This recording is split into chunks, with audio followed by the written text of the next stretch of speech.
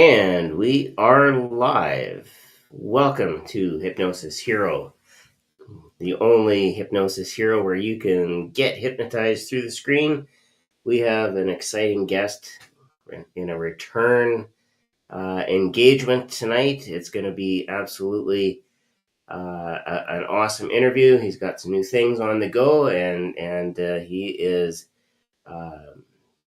He's got lots of really cool things that he's been working on. So we'll check in with him in just a minute. I got to say this. Brian and I, we talk about the weather all the time. And I think the adage in Saskatchewan is just wait 5 minutes, the weather will change. Well, that is 100% true. If you just wait 5 minutes, the weather will change. However, I've been waiting for a long time for this weather to change, and it's still spring. So with that in mind, here we're going to bring on our co-host, emeritus, a man with a spring in his step, Mr. Brian Bay. Good evening, sir. How are you? Well, I was on the motorcycle earlier, and we've got rain right now, but I'm thankful that all the numbing on this side of my face is gone. I did the deep cleaning at the dentist that they do every so often, so they numbed everything up, and I'm laying in the chair and I start giggling, and I'm like, oh, in a couple hours I've got to be on a live stream, and I'll be smiling and looking like a stroke victim with one side not responding. But I still remember the Bill Cosby doing his version of going to the dentist and saying, "Oh, baby," Yeah. my face. Yeah. The dentist tells you not to pick at your teeth with anything metallic, and then he scrapes it with an iron hook. It does get the job done. The one thing I will say about dental procedures is, and we can say this as hypnotists, there's lots of medical evidence to suggest that instead of using all the freezing and nitrous and whatever else they use to knock you out for surgery, you could do that through hypnosis, all natural. Oh, I tried the self-hypnosis, and it was not working, because on the lower part they've got to go like way back in there, and she's like, okay, open your mouth, and I'm like trying to relax, and it's like doing this thing. As you relax, your mouth begins to close, and I'm like, I'm not being a very good patient. So okay, the dentist comes in and does the thing, and I am white knuckled on the dentist chair, and she kind of chuckles at me. I was like, it's all right, tell the little kids you just had an Army veteran in here who jumps out of airplanes and stuff like that, and he does not like the needles either. I don't mind the needles. My problem is the freezing. For some reason, my physiology actually, it takes about 4 needles for it to finally freeze that whatever part that they're needing to freeze. So, are you talking about the lidocaine, novocaine, whatever they're? Yeah. Oh, okay, because they actually have like a freeze spray that'll be like a topical. Oh, before no. They can give this a is shot. Canada. We don't do anything topical here. Yeah, it's well, she gave me the option. She goes, okay, well, we can do the topical stuff, and I can just reapply it every so often. She goes, it tastes like garbage. And it was like, needle, please. Then we wrapped up, and I was like, okay, Thursday to go do the other side. I'm like, we'll try that stuff to taste like crap. But yeah, no, it is 57 degrees, I think, and raining. Well, it's about 10 here, maybe even less now.Maybe it's 8, so that would be about 40 degrees. Yeah, we're not too terribly far off. Yeah, but cold and cool and cruel, and what I call spring 3.8.4. Yeah, I rode the motorcycle up to Everett to the dentist, and then nice ride this morning, beautiful. It was decent outside. It was dry. And then I'm looking out the window. I'm like, see those dark clouds? I'm racing those home. But yeah, we've got looking forward to our guest. Yeah, Do we have too. I'm just introduction looking prepared? at TikTok here. We got lots of people starting to cycle in here, so Mm-hmm. I'm just gonna leave a little note for those of you that are on TikTok. We will ask any questions that you have, so just feel free to post them in the chat there, and I will grab those.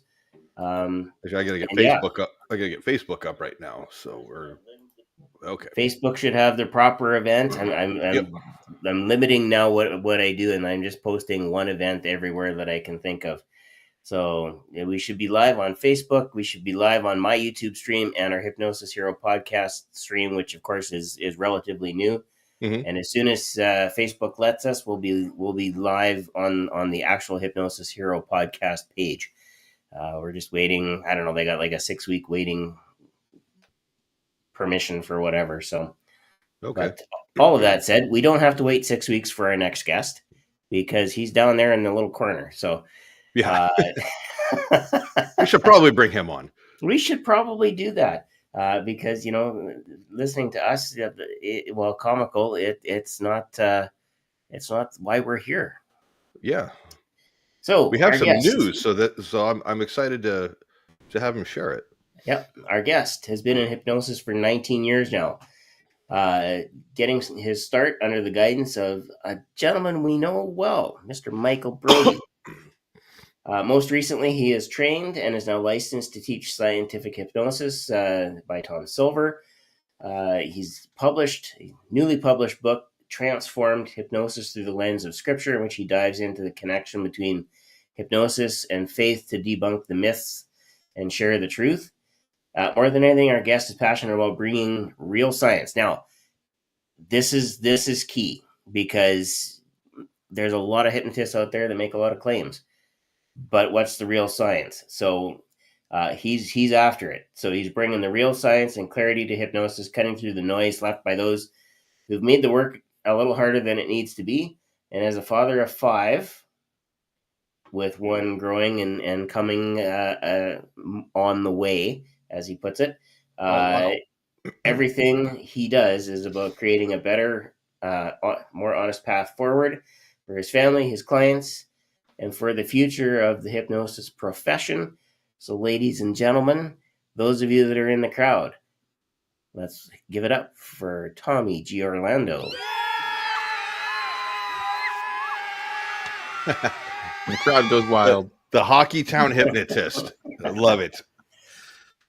Well, yeah. He can say that because, Detroit is a hockey town, but, if we were talking hockey off the get-go, I've only got one team left in it now, so. Yeah, once again, not the Maple Leafs. You've seen the meme that's been going around Facebook. Oh, it's I lots of guys that I know. Generally, some of the older guard in the school division that cheered for Toronto, and my counterpart, digital learning consultant, is a Montreal fan, and I just kind of, I don't shake my head. I just keep real quiet because I know it's they're good teams, but they're not contenders, right? Well, Detroit isn't exactly a contender recently. Not this year, but I mean, you look historically. Detroit's won its fair share of that's true of cups, and I remember watching Stevie Y zipping down the ice, and they picked up Kaner too. So true. And it was just an event that the Red Wings put on. The Ted Lindsay Foundation put on a charity event. It's a wine tasting event on Friday. It was going on. That was pretty cool. Got to meet a couple of the old Red Wings and Mickey Redmond and some of them. Got to do a card trick for Mickey Redmond. That was pretty fun. It's the only card trick I know, but it was effective. Oh, I need to get with you, Tommy, and teach you one that I think you'd like. Yeah. But yeah, we'll say hi to Becca, joining us from England, and Tommy. I did not know that the wife was expecting. Pretty soon you're going to have a full infield. Yeah, well, Or no, you have a no, full infield. You're gonna have a whole like starting lineup. yeah, pretty much. Yeah. I told my wife when we got married we would have as many as she wanted, and the rule was that one of us had to be home. It doesn't matter which one, but one of us needed to be home to take care of the kids, so that we're not dealing with daycare and all that kind of stuff. Oh yeah. But so yeah, I at that time she wanted two, and so far of the soon to be six, only one was planned. So the big guy upstairs has different plans than I do, and I'm just kind of going with it. It just works. Our house has only gotten more fun the more kids we've had, so I'm like, all right, bring it on, whatever it is, just bring Right. it. You know. No, that's Yeah, I accidentally announced it on our anniversary the other day. I saw that. And I was wondering. It's like, oh, Yeah, you're she like, goes, supposed well, to say thanks for something about announcing it. that. I was like, oh crap, I didn't even think about that fact. It's like, honey, I mean, we she's saved a clearly ton showing on now. we saved a ton on stationery and postage. We don't have to get those announcements made. Yeah, right. But Yeah, no, I was like, I mean, if it's gonna be pictures of you at all, you're pregnant in half of them. yeah. So let's, might as well just say something. But Yeah. yeah, So I'm just we glad got she didn't get mad. Jeff says Oh, hey, hi Jeff. from your neighbors. Yeah, they go to my church. Well, or I go to their church, whatever you want to make it. I thought it was collectively our church, Tommy. It's the church. It's the house of the one that Lord. matters. Yeah. But no, man. So you've been busy. I mean, yeah, I see what I did there, but That too. Professionally too. No puns intended, right, Brian? Yeah. No puns intended. No, Yeah, but no, there's been a lot going on. There's been it's been a whirlwind since PHS, honestly. Since I mean, since the last time we spoke too, but it just seems like the ball gets rolling and then the momentum just gets so much that it's just picking up more and more. It's kind of like the snowball coming down the hill, right? And it's just getting bigger and bigger and bigger and bigger, faster and faster. And then suddenly it's like we've now got a mountain made out of snow. yeah. Yeah. So, but before I ask you to catch us up, I do need to throw some respect to your wife for being just, in the conversations that you and I have had, how highly you speak of her with her amazing support and encouragement and kind of that proverbial, foot in your ass when you need it. Just to say, hey, go forth and do it. My hat's off to her. So with that, catch us up on what's the latest and greatest, man. I mean, a lot, but yeah, speaking to that, my wife is the reason that I even considered hypnosis as a full-time career. She's been supportive since day one of anything that I've wanted to pursue. Everything from having a recording studio built, as it's blurred out behind me, but everything from having a recording studio built because I was going to be a producer to, go be a hypnotist, full time, to whatever it was I was going to do. She was supporting, and she's been the biggest cheerleader, and she's a big reason I went to PHS in the first place, because she told me that if I didn't go, she was going to kick me, and rather than getting kicked, I went. And so, yeah. And then when I don't want to go to Vegas. Don't make me go. You can't make me do it. All right. But it's funny because this last time, so I guess just getting into some of this stuff. I've been I back in it was last month. I can't believe it was only a month ago, but my book came out. Yeah, I don't know if you could see, it's all blurry, but hold it up there for just a second. I have it mirrored. But yeah, my book came out, and I've been very excited about that, even with the couple of typos on the back cover, just because I self-published through Amazon, and I had looked at it so many times that you go kind of blind to the errors, even though those are the only two errors in the entire thing. So, and it's just a simple like one letter screw up. So I'm a little annoyed about it, but I'm not annoyed enough to actually go back and change it. Right. But yeah, that came out back in April, and so far it's I'm not super rich or on the best-selling authors page or anything yet, but it's been really exciting to have it out and have it available and hear what people have had to say about it. I've had a lot of really good feedback and people telling me not only is it interesting to hear my story and hear about me and my journey into it, but they've been telling me that the information that's in there, it's really calmed their minds, because there's this misconception in Christianity, in a lot of Christians, that hypnosis is not something we should be playing with, and that it invites all the wrong things into your life, and it's a relinquishing of control, which we're told not to do. And except you relinquish control to God, and well, God's the only one that you should relinquish control to in that grand scheme of things there, if we're looking at it that way. But with all of that has been reliant on misconceptions around hypnosis, not understanding what is hypnosis really. Hypnosis is nothing more than a focused state of concentrated receptivity and utilizing your imagination. And it's like I tell people in my shows, at the very beginning of my shows, or even in my clinical sessions, if you imagine that there's a hair somewhere touching you on your face, we've all had that hair out of place. Maybe not Shawn, but we've all had that hair. Oh, shots fired. Well, it just so happens I have these things called eyebrows. Oh, there you go. Yeah. But we've all experienced that, where there's like a hair poking us somewhere, right? And it doesn't matter where it is, but if you think about that feeling of what it feels like to have a hair poking you somewhere on your face, you could start to feel that now, and now you could begin to feel that even more. The more you think about it, the more you begin to feel it. And inevitably, when I start talking that way, people do like this or whatever. And I go, see, there it is. That's hypnosis. That's the way it works. Your mind makes it real. So quick question, Tommy. With your book, if people order off of Amazon, will it ship worldwide?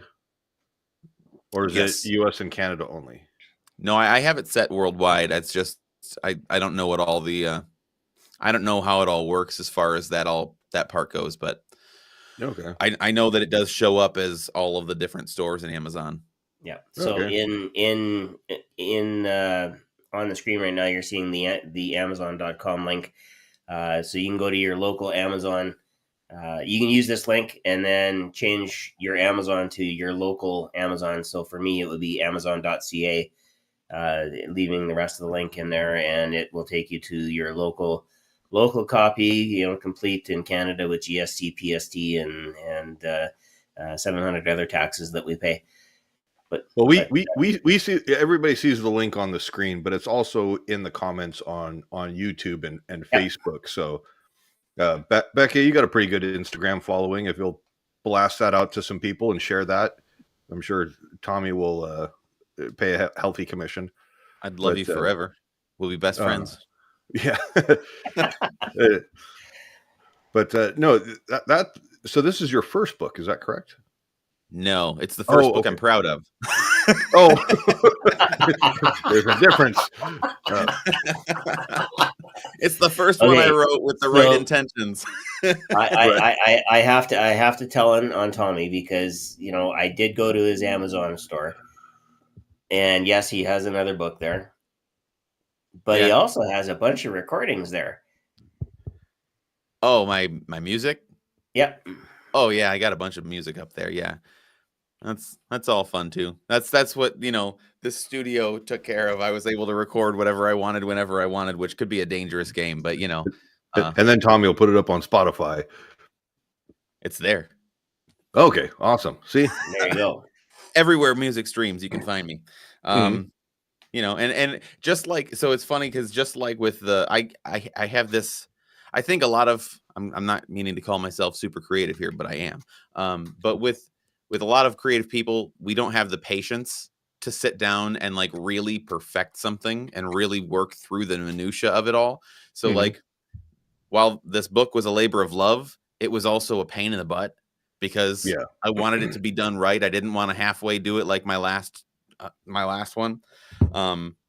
And I didn't want it to be like here, I can say I wrote a book. I wanted it to be like, the right information is here. This is the stuff that needs to get out, Whereas the last time it was entirely ego driven, which, you know, thank goodness I reread that not too long afterward, and I was like, oh, I should just take this down. But of course, it doesn't let me. Anyway, but yeah, with the music stuff too, some of the songs are produced really, really well. I'm very proud of them. Some of the songs, I was like, I'm really tired of working on this. I'm just going to release it. And sometimes, know. you find that in life too. Like, if you can get something 80% to where you want it, get it out the door, and move on to the next thing. Because I think too often we get a very myopic view of, I got to finish this and I got to make it absolutely perfect. And like you said, your book might have a couple of typos. I don't know a book that actually doesn't have a couple of typos, and some of them are actual textbooks that we teach from, that will have all kinds of spelling mistakes, or they will be totally inaccurate because, of course, it takes 7 years to actually produce a proper textbook. So the information that you get in school is usually, if you're going from a textbook, 7 years older than what it should be. Yeah, no, I think that's a good call out too, because in my mind too, I was thinking, I'm not gonna get a Billboard plaque on my wall for my songs. Yeah, and they could be great songs. People might love them. I'm not promoting them out there. I'm not a record label that's gonna be able to really push and market and all that kind of. That's not me. I just release music because I enjoy making it, and so there it is. And so for me, it's like it's a labor of love, and if I'm falling out of love with it because of the work that I'm having to put into it, I probably shouldn't be doing that. So it's like you're doing just enough to get it out there, but not enough to get invited to a Diddy party. Exactly. Which, close call. Yeah. No. God, that look, watching some of that stuff in the news or reading about it, I'm just like, wow, like that's an epic clown show that I'm like, you kind of wonder, like, should we have let Genie out of that bottle? But I mean, like the Epstein stuff too, it's I mean, Diddy may be worse. Yeah. And I'm going like, okay, we talk about Epstein getting Clinton, and I'm like, Diddy might be getting Obama'd. Yep. I wouldn't be sad to see it, but anyway, yeah, no, it's been a lot of work going into this book. And it's a quick book too. Like I didn't want it to be one of these, like, so I was just showing Brian earlier. I was at Tom Silver's house 2 weeks ago, and he gave me his first edition copy of Orma McGill's Hypnotherapy Encyclopedia that's signed and all that kind of stuff. And it's really cool. But this thing weighs like it's like a dictionary. It's so freaking thick. And I watched you pick it up, and I'm like, oh, that's got some gravity in it. Yeah, I'm gonna do my lifts with it later on before I go to bed. But like, I wanted this to be concise. I wanted it to be easy to read and conversationally toned and all that, because I wanted it to feel like me. If sometimes you'll read these books and it's all just very professional and it's all polished, and that's not the way I write. That's not the way I talk. I'm gonna be me no matter who I'm speaking to. And so. I wanted that to come across in there, and so far the feedback is that it sounds like me. So it's like I'm having a conversation with somebody. So, Right. Including all the random little like anytime someone says, it'll be just random certain words that I'll hear, and then I'll get like a movie quote pop into my head, and I just blurt it out. Anchorman's a big one. I always quote Anchorman, but like in the book, I talk about my friend Kyle, who I practiced on him when I was first learning hypnosis back when I was 17 years old. And I practiced so much on him, and he was so susceptible, so receptive to it. It's one of the most incredible things ever, hypnotizing him, because you think it's not real, but it works. But 60% of the time it works every time. Exactly. That's pure gasoline. But so I gotta watch that again. But I put a quote in there by him where he locked eyes with me one day. We're sitting in choir. He was sitting in front of me, and I was directly behind. I tap him on the shoulder, and I go, "Hey, Kyle." He turns around, and I immediately intensely stared right in his eyes, and he couldn't look away. And he does this, and he goes, in the book I put fudge you, whatever, and I wrote, but he didn't say fudge. He said the word, the F dash dash word. Which is, I mean, if anybody gets that reference, it's from A Christmas Story, which is a fantastic movie. But I always think of Ralphie and the BB gun, but he didn't say fudge. Yeah. It's full of all that kind of weirdness and all the random brain droppings that happen. George Carlin book. Yeah, I read that one. Yeah, brain droppings is good. Yeah. So Becca says, congratulations on your book. And she says it looks great. She'll definitely share it on TikTok. And then thanks, Becca. I appreciate that. Grace has a question. Before we get to Grace's question, just a couple of notes from TikTok. We've got Sheila Maddox from Alberta, where the snow mountains are actually real, she says. We're for those of us in Saskatchewan, we moved all that stuff out of the way so we could see where we were going. But she said that a lot of people actually do prefer it when authors write the way that they talk, because then it's more like having a conversation with the author than it is, formally stating, okay, step 1, do this, step 2, do that, and I go back to Bob's conversational hypnosis episode last week. It's just he's just we don't talk about that. Listen, I've been bobbed too. Like I know what it's like to be on the receiving end of being bobbed. And I still laugh. Shawn, never say that in public again. Bob the Rebuilder, that's what we call him. But I still remember when Bob got started with you last week, Brian. Steve Supachano was in the chat here, and all he said were 2 words: "Uh-oh," because he saw it coming, I saw it coming, and then boom, Bob was off.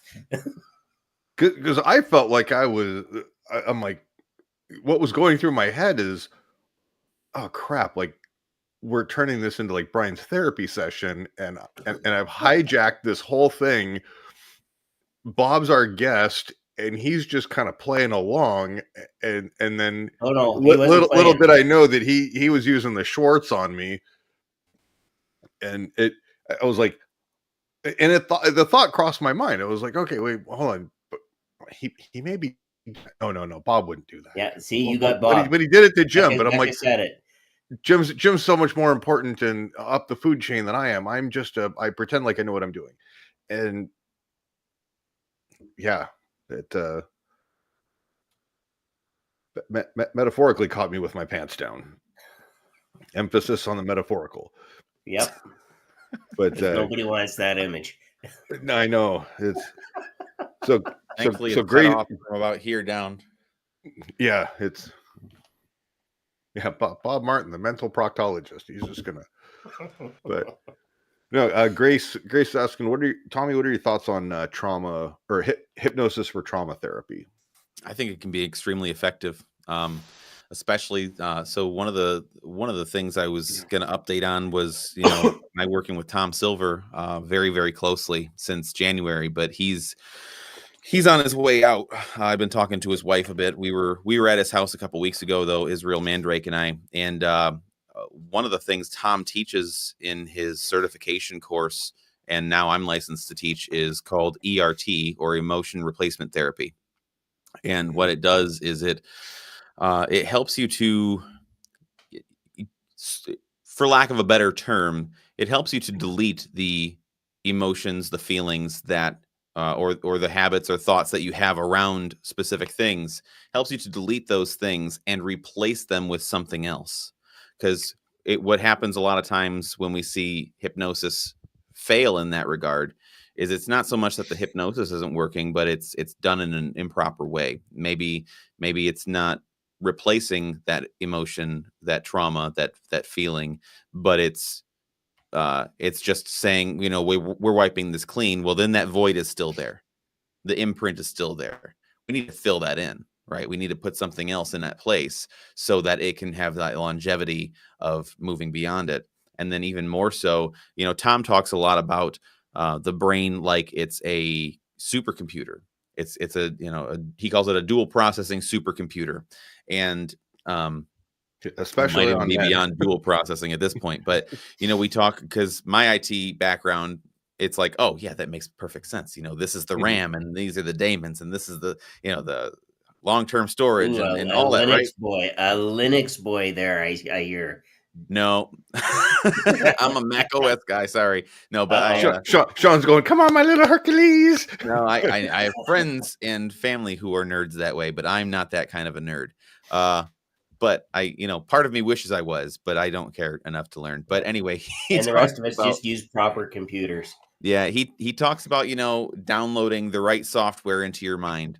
And a lot of times our brains get clogged up with the incorrect software or things that we can't use, or maybe even malicious things that have just built up over time.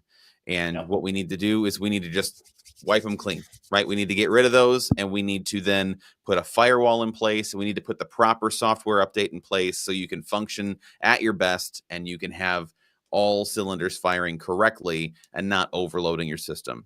And so with regards to working through traumas, it can be extremely effective if you do it properly. And I think, one of the things that I have a session scheduled with someone for trauma who has like traumatic onset agoraphobia. I'm doing that this week, and we're going to do an emotional replacement therapy session where we replace that feeling, the trauma that happened, with a different perspective of that, and replace the feelings of anxiety with feelings of excitement, and things like that. And then we talk about putting a firewall in place, and it utilizes a lot of physical movement and things like that with this method. Tom's methods are so different than anything else I've seen. And Israel and I were sitting there in his office holding his manual, and he's flipping through it for the first time. He hadn't seen it, and he's looking through it, and he's like, holy crap. I feel like this rewrites everything. It just completely changes the whole game. And so, yeah, that, I think, in terms of trauma stuff, ERT all the way is extremely effective. Hypnosis can be effective anyway. There's a million ways to do hypnosis. Hypnosis is just a state of mind that we go into a million times a day. But I think in terms of like long-term effectiveness and really retaining the change, ERT is like untouchable. Yeah. Grace was saying that she's dealing with a son with generalized seizures. I guess one of them happened recently today, and for her, it's very traumatizing to see him go through that, where there's either an obstruction of breathing or he stops, color goes, and then watching the violent or the violence of the seizure. And Grace, I can only imagine that a super big gigantic feeling of helplessness. And here's Grace's follow-up. Yeah. Oh, let me scroll down and read that too, because I want to make sure that I read it for anybody who's listening. She says, yeah, that's what I did. I'm assuming she's speaking about trying to reframe, which is what I was going to be kind of, common sense to me would dictate, like, okay, hey, we've been through this before, as a mom, like, natural instincts are going to kick in. 911, you've got something like a plan and all of that stuff. But yeah, she goes three times. It was absolutely draining and all of that stuff. But yeah, she definitely wishes more people knew about this. And Grace, you have the ability to help spread the word. And it's not that you have to go be hypnosis evangelicus, but you can definitely encourage people, to share your experience, even. And yeah, she says, yes, she definitely feels helpless, like the trauma just keeps coming back every time. And Yeah, and you said that it left you feeling drained. You did it 3 times. I assume you're talking about hypnosis sessions that you've done 3 times and it left you feeling drained. And you can correct me if I'm wrong on that one. But one thing I will say is hypnosis should never leave you feeling drained, in my opinion. Hypnosis is a very empowering, fulfilling feeling. I know every single time I've worked through anything with hypnosis and worked with anybody through anything with hypnosis, regardless of how deep the trauma was. I had someone who literally had a boyfriend hold a gun up to their head and say they were going to shoot themselves at one point, and they had this image locked in their head, and it was just a very abusive, traumatic relationship. And one session helped them a lot, and they didn't feel drained whatsoever. They left feeling fulfilled and feeling empowered and feeling like they could take control of their own thoughts, and they could really let their mind not let those thoughts not control their mind, but let their mind control those thoughts and how they're perceived and how they're received. So well, that's super interesting. I did a 1-day intensive uh, session. It was pretty much all day with Dan Hedrick, and down in Oregon, and I left out of there going, I have never been more mentally and emotionally smoked. I felt like I ran a half a marathon, but it was more of like, I felt like I did manual labor, but mentally, where I'm like, okay, we're just gonna go deep inside the mind. We're gonna pack out all the crap and garbage that's in there. And I can definitely see both ways. Like what you talked about, the one patient that had the abusive mhm. partner. All of a sudden, it's like, hey, she probably felt relief. She'd been carrying all this Felt stuff for lighter. so long, Mhm. and just went, oh god, it's lighter, because she was able to pinpoint, like I think a very narrow scope as far as the abuse by one person, whereas the stuff that I dealt with the military, not saying better, worse, it's different. It's different. And I noticed a change where I'm like, okay, here's how all this stuff sticks with me. So now when things come up, I'm kind of like, I'm like, I don't need to sweat that. We really changed the response to the stimulus that caused the stress. Grace says, yes, mental labor is intensive, Brian, and follows that up with hypnosis had left me feeling good but mentally exhausted. And yeah, Yeah. when you're, and I think all of us as hypnotists, whether we've been on the receiving end of hypnosis or being the hypnotist, I've seen it in my own clients, where um, a weight is lifted and they physically look different. Hmm. They're and then of course there's a huge smile at the end of it, which is I think what we all kind of live for when we're helping our clients. But uh, just seeing that type of relief is absolutely one of the best feelings that we get as hypnotists. But yeah, the person I, who's actually doing that heavy lifting, so to speak. I, I, I could kind of equate it to, it's like the first time you do yard work in the springtime, the yard's overgrown, the grass is, knee height, you got weeds and stuff. And then you finally go, okay, we got good weather. I'm going to work all day, 12 hours nonstop. At the end of the day, you're like, I'm sore, I'm tired, I'm exhausted. I have physically exerted all of my mental stuff. But then you look at the result, and I drove home going, I'm tired, but I'm really excited for the future. I'm looking Yeah. forward to a positive result. Well, and I think of it like, if we're thinking of the brain like a computer, a computer, to nerd out for a second a little bit, you've got your hard drive, which has you've got your long-term storage, right? Your whatever the solid state drive is, and you've got your RAM or your memory, and all of the different things that process around that. And for me, I think of it like a computer in the sense that your computer's not going to function if you have a 256 gig hard drive and you have 16 gigs of RAM and you've maxed out your hard drive. Your computer's not going to function at 16 gigs of RAM.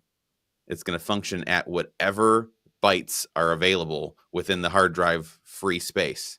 And so when we clean up all the extra files, when we clean out that hard drive of all the temporary files, all the duplicate pictures, all the junk that's just taking up the space and bogging everything down because we hoard data now instead of boxes. I downloaded we clear all that stuff out. The computer, I downloaded this PDF just to read it and go, I don't need that, and then and then you don't delete it; it just stays in your downloads forever. And so we get into that, and then as soon as you restart your computer, everything functions at a much higher level, and it's fresh and it's fast and it feels like you got a new computer. It feels like it's like, just here we go. This is what I paid all this money for, right? Oh, wait, I'm excited. Grace says, yes, exactly. Good analogy. I'm assuming you're talking about my yard work probably one. So somebody agreed with me, said I was right. It's in writing. It's memorialized until don't do that, Grace, because then he's unbearable for the next 3 episodes. His name wasn't on that though. and Brian's ego grew 3 sizes that day. Oh, nice. Watch next week. I'm going to come in and be like, Brian, you're looking a little swollen and puffy. No, I got stung by a bee, and or something like that. So yeah, got to bring you down. We got some chat going on here in the TikTok side here, and Sheila says that I struggle with hypnosis. I don't think I've ever allowed it. Tried 3 times and I gave up. Wait, hold on. Sheila, did you try 3 times or did you just go through the motions? Because good question. So Sheila, Brian's asking if you tried 3 times or just you're going through the motions. I politely push back on that because I want her to succeed. Well, so if I could say something too with this, because I think there's a lot of, like I said, misconceptions about what hypnosis is and what it feels like, right? You see these people on stage and they drop down and they're like just flopped down in their chair, and you could pick up their hand and just drop like nothing, right? And they're just a rag doll. And then you tell them to do something and they just do it, and it seems like, oh yeah, it's magical for them, but for me it doesn't work. And I think it's just a different degree because people don't realize that you may be going through the motions sometimes. It doesn't mean you're not hypnotized, and it doesn't mean it's not taking an effect. So I think if a hypnotist communicates with you, setting it up, at least as Tom does, right? I'm going off of my learning from Tom here. He would start every single session. He would explain, he would explain what was going to happen, how it was going to feel. He would explain that, you're just allowing yourself to go into this, and you'll be able to hear everything. You'll be able to understand everything. You'll feel everything. If you need to scratch your nose, you're going to scratch your nose, and it's not a big deal. It's not like you just let go and everything is gone. Now, for some people, they can really, really get into it. There's a lot of Hollywood. You're not going to see the spinning reels on the inside of your eyelids. And the first time Jim hypnotized me, I laid in my bed, earbuds in. We were on the phone, and oh, good. I was glad you qualified that. I wasn't sure if Jim was sleeping over at your place or what. He's crashed on the couch a few times, but that's definitely in his bachelor days. But it was, when Jim started the induction, pick a point on the ceiling and inhale, exhale, all that stuff. I mean, it was everything short of, okay, this mask smells like plastic and this rag smells of chloroform. I was in the deepest. I felt like I'd been asleep for a week and a half, and all of a sudden my eyes popped open. I shot right up out of bed, and I went, "Oh my God!" I slept through the phone call.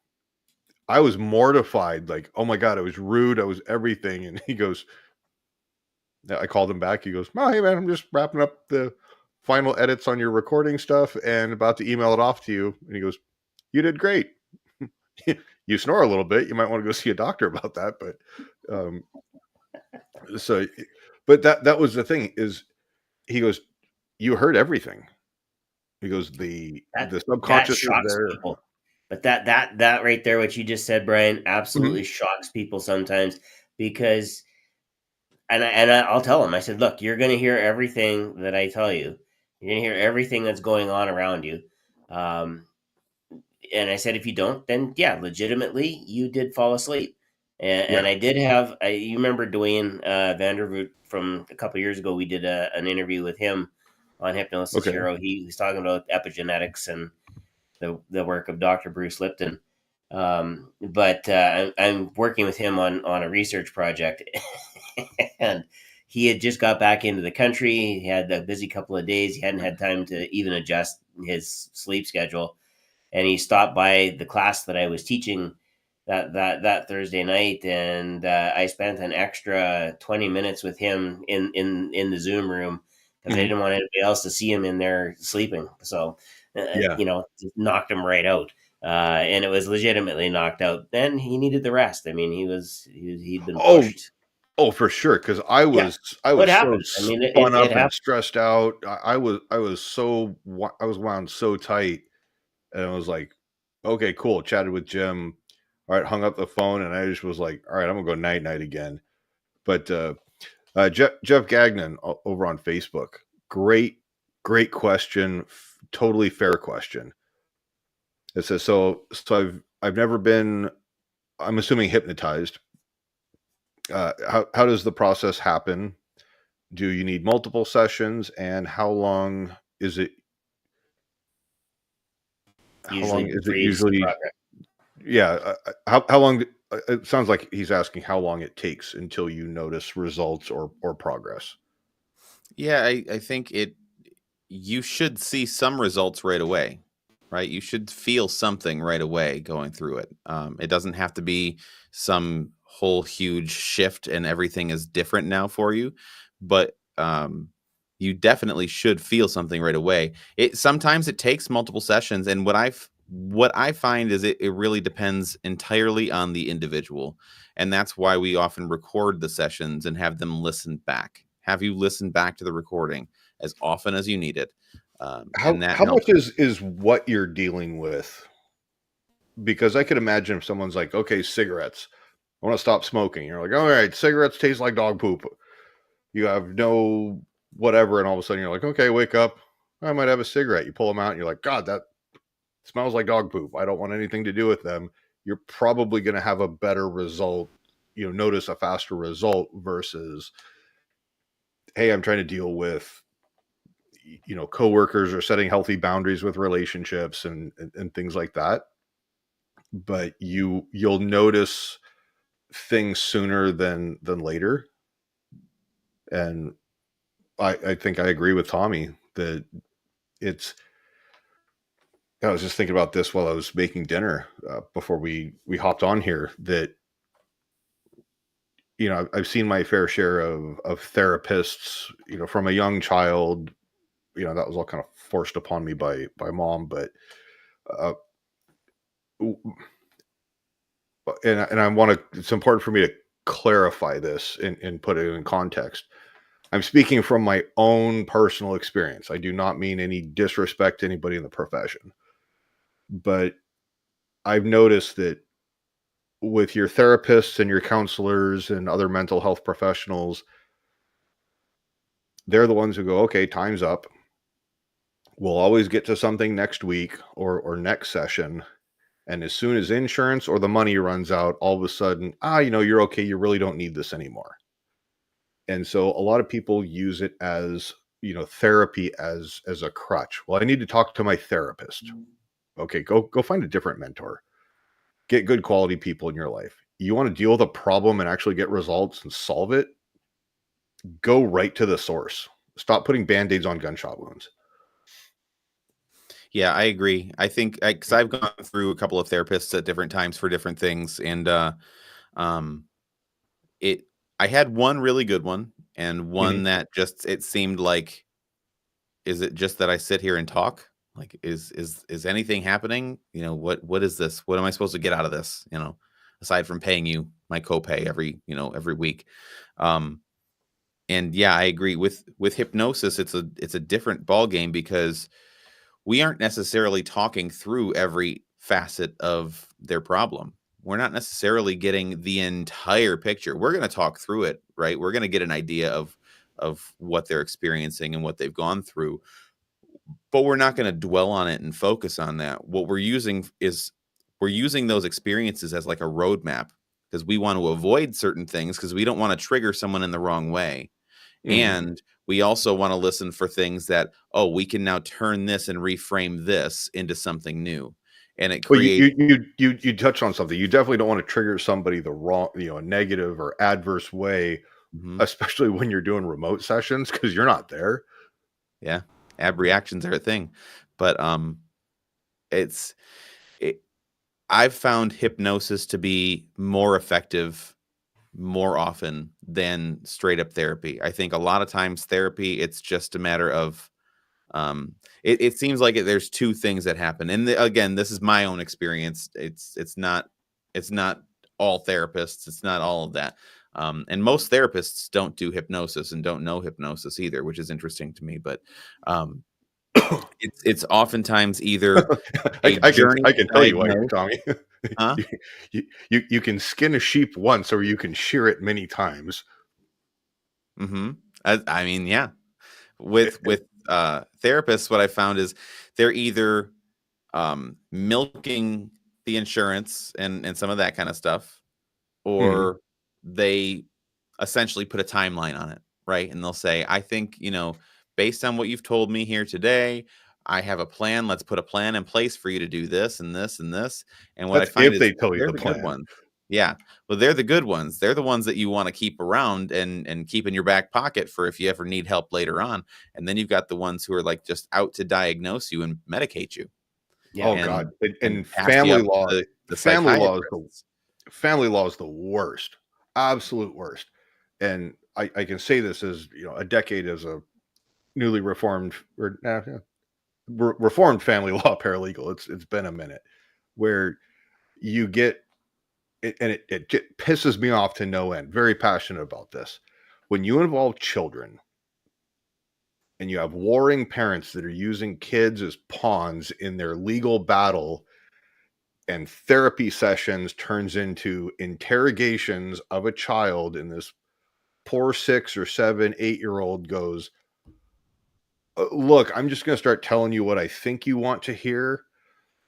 And then, oh, well, now if we can draw certain things out and play the manipulative mind games, well, now the therapist is buddies with a psychiatrist who can then prescribe the medications. And then, hey, you refer me business. Oh, we got a guardian ad litem that, we can just spin this whole thing at insert hundreds of dollars, here. And it's not, does insurance cover this or not? It's the court will order, thou shall make payment to this. And it just absolutely disgusts me. Yeah, And no, you're not wrong. And I've seen my share of bad therapists. Not gone to, but I've known of enough of them where it's interesting. A therapist has to take you at your word, right?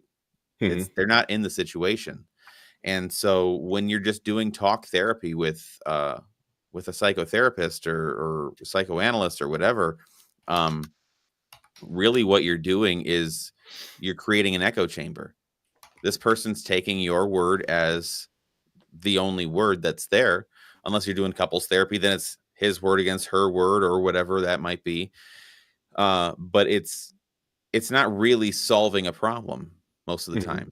Whereas if we can reframe something as hypnotists, that's what we do. And I think therapists and psychologists should be learning hypnosis as a main form of practice, because it's so powerful for reframing and actually correcting those thoughts that that bog us down and hold us back and all of that. It's so effective with that. And what's interesting too is, so one of the things in my book I talk about in First Peter, it says, you need to be sober minded. You need to be sober minded because the devil, your adversary, is lurking around every corner to devour you. Okay. And so essentially it's saying, you need to be alert. You need to be aware of your surroundings. There's a whole lot in there in the Bible about don't go getting drunk, don't go, inebriating yourself and becoming, you unstable and might all get that. the truth serum. Well, but there's a lot to that. And it's funny to me, funny in an ironic, interesting way, that so many Christians fear hypnosis because of that piece, be sober minded. You need to be in control. And they will not hesitate. Oftentimes, they will not hesitate to accept the medications prescribed to them by these psychiatrists. And these medications just dull your mind. They just dull you. Oh yeah, turn you into and zombies. And it can feel like, oh, suddenly I don't feel so anxious all the time. Well, you're probably not feeling a whole lot of anything, are you? Yeah, I've got a friend of mine, and I'm just going to leave it as a friend, significant other, spouse, girlfriend, boyfriend, husband, wife. We'll leave it there. And said individual has been in therapy for 35 years, and I went, my God. I would hit. Could you imagine if you hired a plumber, a contractor, a builder? I understand in Washington State to A try surgeon? to get Department of Transportation to get a freeway or a highway expansion. 20 years, okay, at least we got that. But 35 years and still going, and they keep telling you the same thing. And you go to a couples counseling, and okay, you're the common denominator that they go, okay, we see here's where kind of a disconnect is. Well, I don't like that person. Let's go see somebody else. And it's like, okay, you're there to just have somebody be that crutch and go, look, it's not your fault. It has something to do with your mother or your father or something. Right. And nobody says, look, it's life. Things happen. Get over it. And go on, Shawn. You were going to say something? Yeah, no, I was going to jump in, and that we just had a guest presenter here in the school division because it was a professional development day, and she worked with Jack Canfield, and Jack would be the first one to say you're 100% responsible for your life. And she said initially I had a big problem with that, because how do you tell me that because I have this and that and the other thing going on, that's all my fault? And Jack had to explain and kind of expand it to say it's not that you're 100% responsible for that. You're 100% responsible for what you do with that. Mm-hmm. You're 100% responsible for taking that next step. And Brian, I know people like that they don't ever see themselves as the common denominator. It's out there. That problem is out there. It's not me. It's out there. It's all them, or they that are out there. And yeah, at some point you have to take a step and do some inner size. I think that was the word that somebody used in Oh, okay. Yeah, now I'm picking it up. Yeah. Mm-hmm. You have to take a step in and just take a shovel and clean that junk out and just say, look, I have to take control of my life. Yeah, and I believe that's what First Peter was talking about. It wasn't staying sober; it was understanding that, hey, life is serious, and you're responsible for it. So do the best you can. Well, and maintaining your own focus and allowing yourself to stay focused and not be manipulated by things that are outside of your control or outside sources, right? Not being manipulated in that way. That's really, I think, the theme of that one.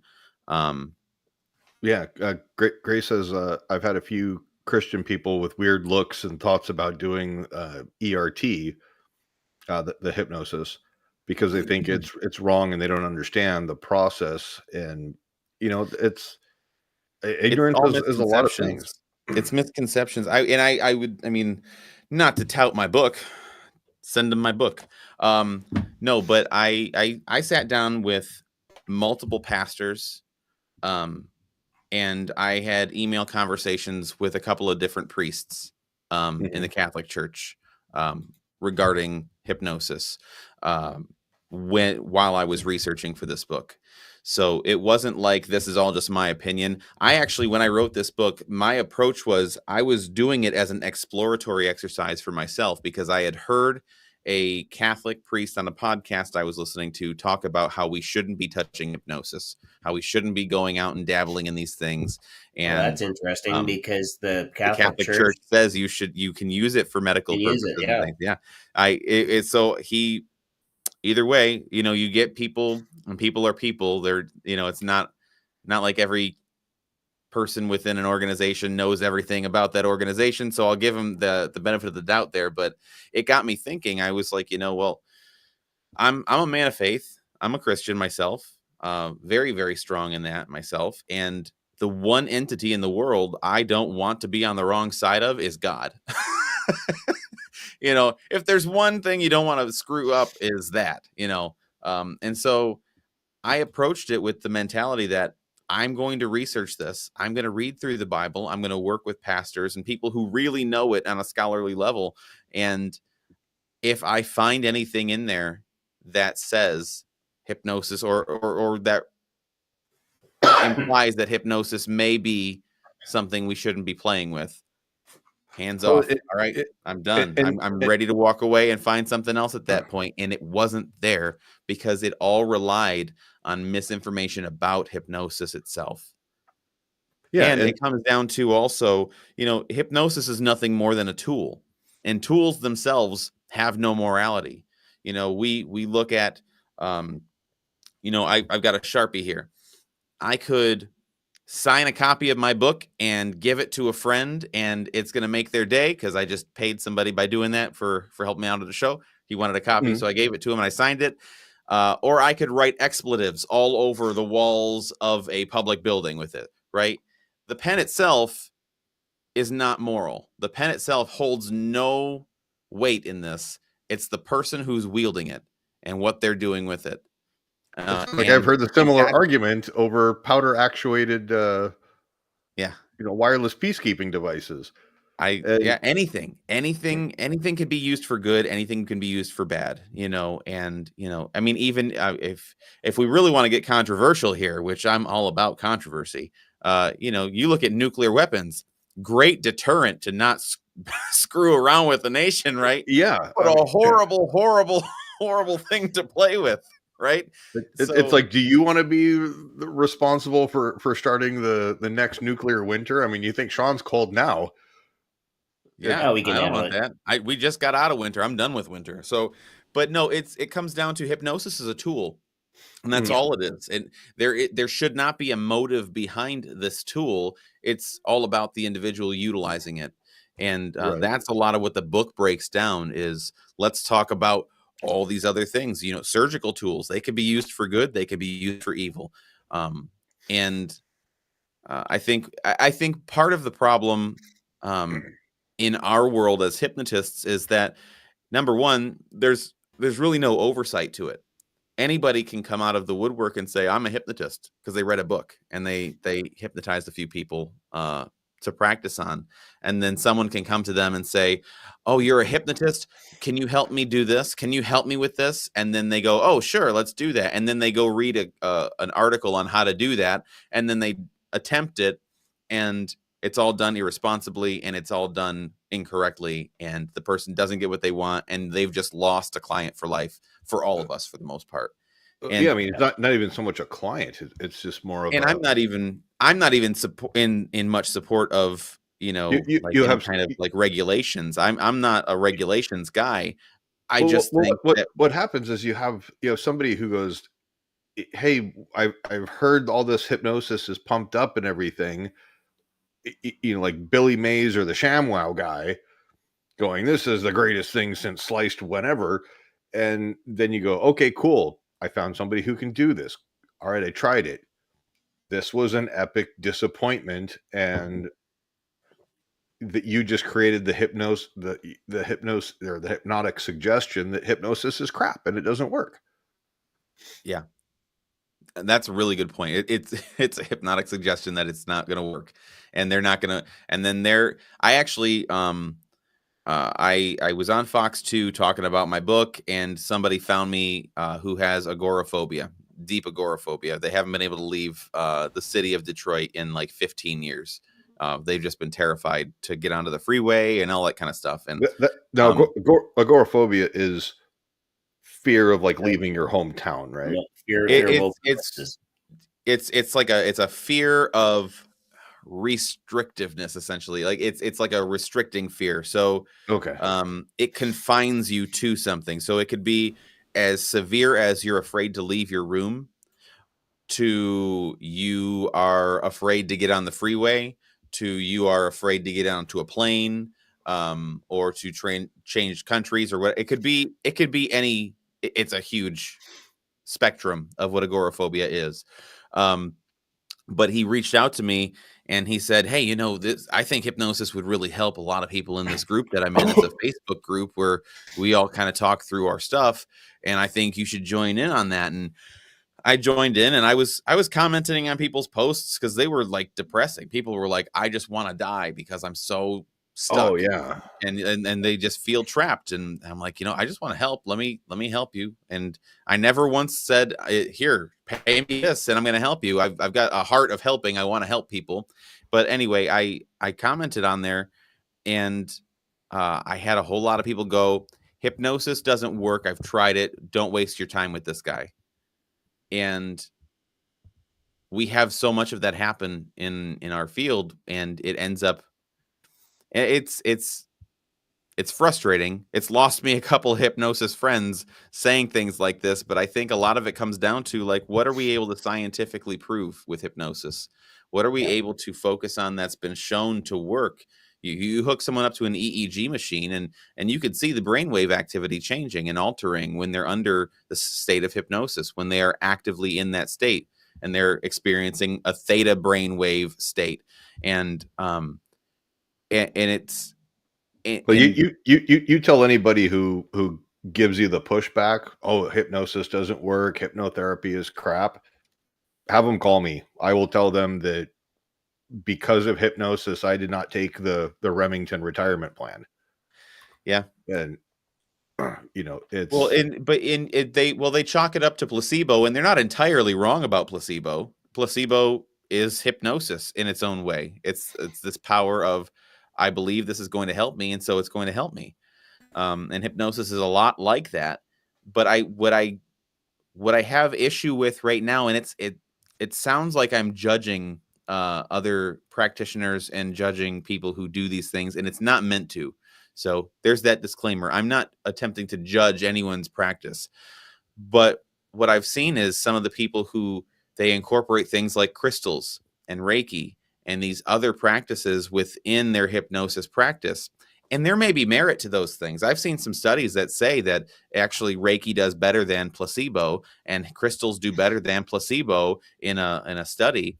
And I'm like, okay, there might be merit there. The well, kind of perception, though, is not that. The perception is that's very woo-woo, very like alternative, very, you lump it in with all these weird things that aren't medically recognized and all that kind of stuff, right? And when we lump hypnosis in with that, it has that same connotation. And so as hypnotists, I think it behooves us, at least in this is for me, it behooves Hmm. me to focus entirely on hypnosis first, see what is possible with hypnosis. And then if we want to incorporate other things with that hypnosis, let's treat it scientifically. Let's see how much does that work on its own. Let's look at the studies and see how does that work on its own. Let's use crystals.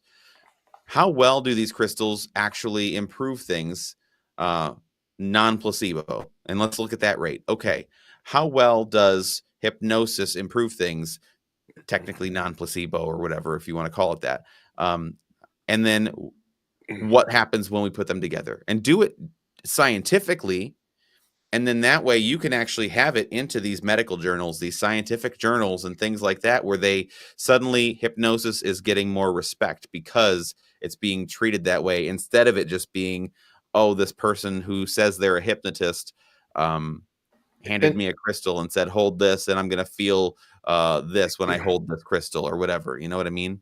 And kind of on the placebo effect, there was, if you go back to Jim Kellner's TED talk that he did in Phoenix, if you go, hey, we're going to turn off sensation or pain receptors or whatever, and someone grabs a curling iron that's hot, you're going to get burned. You're going to do damage. Likewise, with his demonstration, he goes, hey, have my volunteers put their hands in little tubs of ice water. Well, if you keep the ice on there and you keep your hand in there, eventually, if you put it in cold enough for long enough, you could do some damage to your skin and things like that. But using those types of things to allow your brain to kind of shut off the pain, quiet the noise, let everything kind of readjust, the body will generally heal itself. I mean, granted, hypnosis is not going to cure cancer. It's not the magic elixir of life. It's a single tool. And we don't want... it's a single tool, but it's like the Swiss Army knife of tools. Oh, yeah. Of course, yes. Well, and it's not going to cure cancer, but we've seen time and again how hypnosis can help the body to change the way it responds to stimuli, and that in itself can be therapeutic toward the cancer that's going on. If you're always stressed, that cancer is just going to keep going. It's just going to get worse and worse. If you can de-stress yourself, suddenly your body's got a little bit more of a fighting chance. So it's not necessarily, and this is when you're stressed, when you're stressed, and all the hormones and the cortisol and adrenaline and everything like that your body naturally produces, and again also the mental aspect of death is imminent. This is scary. Yeah. You begin to self-hypnotize yourself into this death spiral, and like Shawn was saying, it's the Swiss Army mental health of allowing yourself to kind of re-regulate, readjust. I'll Jen Psaki circle back real fast with Becca, one of her comments. We talked about you described the feelings about medication and side effects, and she experienced those. And we've got some other comments that have come in. Grace says, yes, she agrees with the misinformation that's out there. She's going to check out your book, try to get some sales. So yay for support there. And give me honest feedback too. If I'm missing something, I want to know the good, the bad, and the ugly. I don't want the sugar-coated reviews of like, oh, this was great, thanks for writing it. I want to know, like, what did it leave you questioning? Like, what are the questions you still have after reading it? What did I not cover something thoroughly enough? That kind of thing. Like, I want to, if I have to write a part 2, I'll write a part 2. I was going to say, give him a reason to do a follow-up. I feel like I handled it in a way that I don't need a follow-up, but maybe I do, and I just want to know what other questions are there. We got one from TikTok asking, how do you find a legitimate hypnotherapist? I would say, generally speaking, if you go on Google, depending on what state, country, province, what are your local requirements for a hypnotherapist? probably ask some questions. What are the areas that of therapy that they specialize in? And I'm assuming Shawn is. All I see is this is from TikTok. Is Yep. this the same So person that's asking about chronic no, pain? no, that's a different person. Separate But person. the one thing I will say is, if you're looking for somebody who's going to be your hypnotherapist or hypnotist or whatever it is that they call themselves, interview them.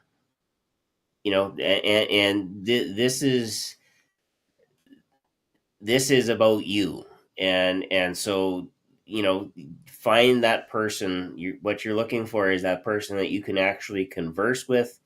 You can talk to them. They understand where you're coming from. They relate to you, because there's nothing worse than having somebody talk down to you or talk around you You, or talk in a way that isn't helpful at all. use your spidey sense. Are they trying to sell you on something? Yeah, that's one. like Can you smell the desperation of, I need to get this therapy session, or bills aren't going to get paid? Yeah, trusting that's part of that too. I think that's got a lot to do with it. And one of the questions I always ask, or I always tell people to ask anyway, is find out what hypnosis continuing education they do. Find out what hypnosis groups they might belong to. Find out if they're insured. This is another one. But if you find out some of those pieces, generally the ones who are lifting up the field and doing the good work are involved in multiple groups, or at least involved in a sort of group. They go to some of these conventions. They actively seek out new ways of doing things, and I mean, you can even read like Google reviews and stuff like that, I would say too. Yeah. And short answer for the hypnosis helping with chronic pain, I would say yes, in the context that it will help you kind of, one, not get so discouraged, because being in chronic pain it's torturous. You get depression, you get angry, frustrated, all of that stuff, but it'll kind of help you kind of bliss out a little bit. Um, your mileage may vary. Hypnosis is great when it comes to pain. Like there are some people that are able to have surgery performed, like cut you open type of surgery. I am not one of those people. Well, so I fell down the basement stairs back in February, and I was in excruciating pain. Lower back, shoulder, elbow, side, my ribs, they're still bruised. Like I still feel pain when I touch my elbow right here. It's still bruised on the bone. Like it's so don't touch your elbow there. Shawn beat me to it. We don't just give hypnotherapy advice. We also have dad jokes. Anyway, but so Vinny Brigant's worked with me. He's going to be a keynote speaker at the Michigan Hypnosis Conference, which I will actually be speaking at as well. But we had Vinny on, right, Shawn? Yep. Yeah, Vinny's a cool guy. Yeah, really cool guy. But he called awesome. me up and was asking, hey, what's your pain level at right now? You want to hop on a call? Because I had a show I had to do, and I couldn't walk.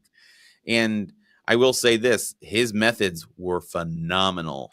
It was within minutes. Every ounce of pain was gone in my lower back that was preventing me from walking. I was walking normally, moving around like all this, and it didn't hurt at all. It didn't last beyond that day. It's not, and that's the thing with this chronic pain stuff. It's not going to remove the pain indefinitely, but what it will do is give you some tools that you can then use to help lessen that pain and redirect your focus within that pain. And I think it's very, very important to note, kind of a quick disclaimer: the hypnosis for pain management is like, here's something I can do to get through this, emergent thing. I can get from point A to B, to the next level of care. If you're having pain in your body and you don't know what's causing it, please go see a doctor. They have the expertise of what's going on. And they have work and other technology, and work with your medical team Yeah. and make sure that they are on board with you incorporating. Again, hypnosis is one of the tools in a very large toolbox. Well, think of it like you shouldn't, Israel, love you, Is, man. oh God, the So proof that we will let anybody in this yeah, in the right. chat. So with Israel, hope you're doing well. Love you and miss you. You owe me a phone call.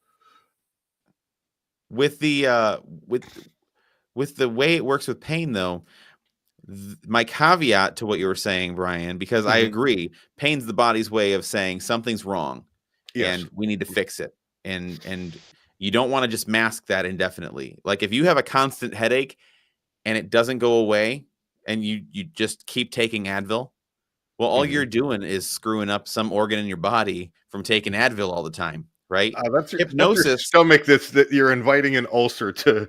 yeah, but people do that.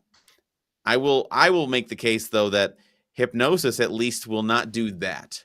It will at least not cause other problems, but we should always be expressing that your body is feeling pain because something's wrong. You need to get that taken care of.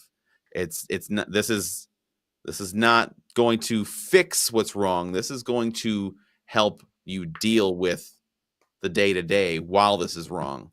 But I think it's far better than taking medications, because medications fry your kidneys, they fry your liver, they do all kinds of things like that. And if we can do the path of least invasiveness, I think that's far preferred. Unless you're the VA. Well, sure. It takes an act of Congress to go see a chiropractor, but they'll throw opiates at you, no problem. Becca says she's feeling a little bit achy from the gym the other day. All right, it's the end of May. # New Year, New You. Becca, drink water and stretch. Hydrate, and then go back to the gym and do it tomorrow. And then if you want someone to hypnotize, you just reach out to somebody, because it's or just avoid the gym. Then you won't feel that way. Yeah, amen to that. Just have another glass of whiskey and be on your way. Yeah. But no, all good. Do we have any other stuff from TikTok? No, everybody there is saying thank you for answering the question and having the discussion. I think the one thing with chronic pain too is, and Brian, you kind of touched on it right off the top, was it is something that it's hard to deal with because it's kind of in your face all the time. Yeah. And so anything that you can do to help manage that or redirect it so that it's not as in your face as it normally is good. But yes, definitely we are not doctors. I stayed at a Holiday Inn Express once, though. Well, then you've got it. As I'm playing with my eye and looking like I'm having a stroke, there's an eyelash or dog hair or something that is just angry right now. Maybe that suggestion is starting to take from the top of the show, right, Tommy? Oh, I maintain, who needs enemies with friends like you guys? What can I say? It is what it is. Actually, there is one more thing that we haven't actually touched on yet, and that is Hypno Cruise 2026. Yeah. Oh yeah, I was gonna say, wait, we played friend or frenemy. Yeah, I don't you think guys already know my stance. We'll play friend or frenemy again because people tend to forget. Is he a friend? Is he a frenemy? But I feel attacked. Regardless of what you think, you can put friend or frenemy in the chat, and we will ask that question after we talk about Hypno Cruise 2026. Yeah, give us an update on that. Cruise is something that I'm putting together. I've got a little bit of help, and I'm going to be having hopefully some more help with it moving forward. But we are planning. It's in the works for November 7th through the 14th of 2026. So we've got plenty of time to get things in order, get all the right speakers doing their things and all of that. It's going to be a sort of conference event that's on the water in the Western Caribbean, hitting Belize and Cozumel and some of those islands and all that. And it's a 7-day cruise.